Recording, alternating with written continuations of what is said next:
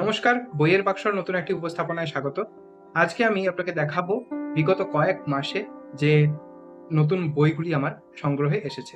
তো প্রথমেই যে বইটা দেখাবো সেটা হচ্ছে বুদ্ধদেব গুহর লেখা 'অবরোহী' এই বইটা। বইটার প্রকাশক হচ্ছে আনন্দ পাবলিশার্স। বুদ্ধদেব গুহ আমার খুব পছন্দের একজন লেখক। একটা সময়ে পরপর তার অনেকগুলো বই পড়েছি। বেশিরভাগ জনপ্রিয় উপন্যাস তার লেখা আমার পড়া হয়ে গেছে। তো যে কটা বাকি আছে সেগুলোও আমার পড়ে ফেলার ইচ্ছে আছে। তো একটা সময় তার লেখা পরপর পড়তে একটা একঘেয়েমি চলে এসেছিল।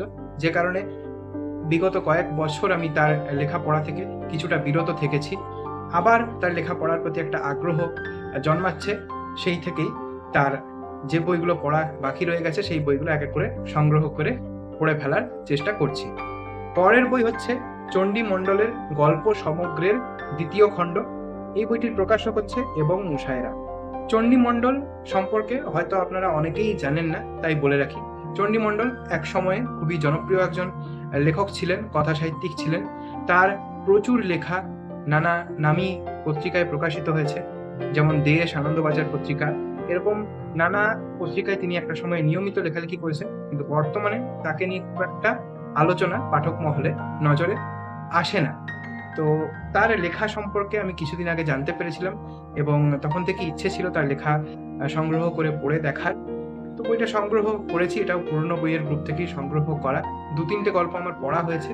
এটুকু বলতে পারি, ভীষণই ভালো ছোট গল্পগুলো এই সংকলনে রয়েছে। যার মধ্যে আমি ১-২টো নাম হয়তো আপনাকে বলতে পারি যেগুলো আমার পড়া হয়েছে। 'মহাভোজ', 'তৃষ্ণা', 'বেড়াতে আসা' এই ৩টে গল্প এখন অব্দি পড়েছি। আর 'চিতা' নামের আরেকটা গল্প আমি কয়েক মাস আগে পড়েছিলাম। তো সেই গল্পটাও এই সংকলনে রয়েছে। সেটাও কিন্তু আমার খুব পছন্দের গল্প। তো যদি কেউ এই ধরনের আন্ডাররেটেড লেখকদের লেখা ট্রাই করতে ভালোবাসেন, তাহলে অবশ্যই এই বইটা সংগ্রহ করে পড়ে দেখতে পারেন। শেষ যে বইটা দেখাবো সেটা কোনো বই নয়, সেটা হচ্ছে একটা পূজা বার্ষিকী। শারদীয়া আনন্দবাজার পত্রিকা ১৪১৭। এই পূজা বার্ষিকীটা সংগ্রহ করার কারণ হচ্ছে এর মধ্যে থাকা উপন্যাসগুলো। সুকান্ত গঙ্গোপাধ্যায়ের লেখা অনেক উপন্যাসই আমার এখনো পড়ে দেখা হয়নি এবং তিনি এমন একজন লেখক যার সমস্ত লেখা আমার পড়ে দেখার ইচ্ছা আছে।